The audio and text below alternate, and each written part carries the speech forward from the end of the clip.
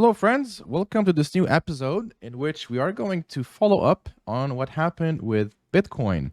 If you remember well in the video that we did 2 days ago, I was saying that we have the support that wants to be turned into resistance because it was tested once, twice, thrice.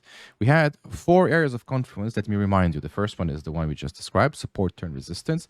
The second one is half of this leg. It's like not nice.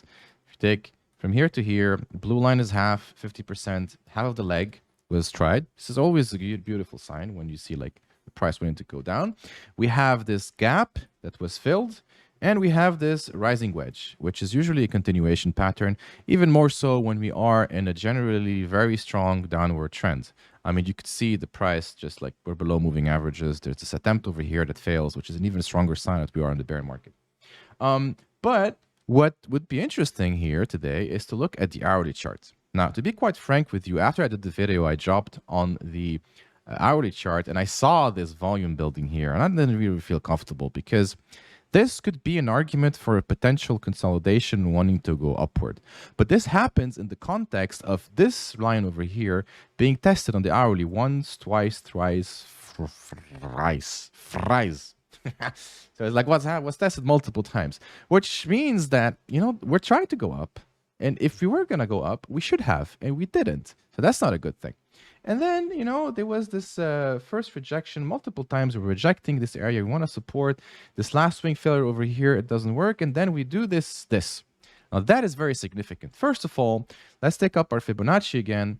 Try and see where the half is. I mean, it cannot be any more beautiful than that, where you can see, again, the 50% being respected, which means, and by the way, this 50% also is a confluence with this area here, because the price ranged. If you were to go on a higher time frame, you notice this is where the doji was.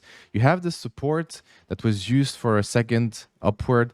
Then we tried to support again for the third time. And now this support is used as resistance. So like the dynamics have changed.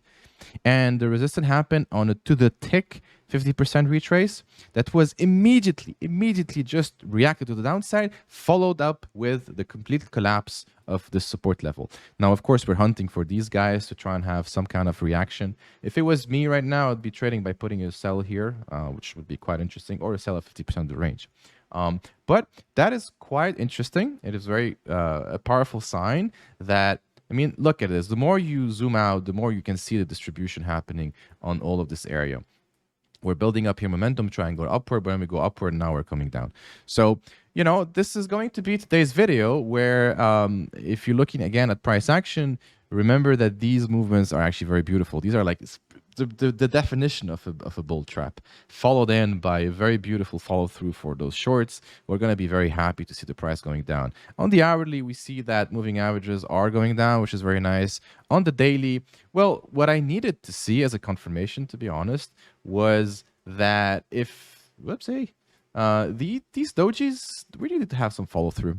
And now we're having it. So a close like this, even a close below, is going to be good. On a daily time frame, what we want to start seeing is this low and this low starting to be broken. Why? Is because very simple.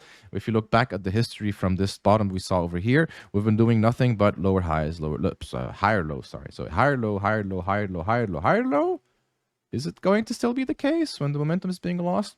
I don't know. I don't think so. I see again that there's a potential that we're going to come here, and how we react here would define what happens next. So that's about it for today.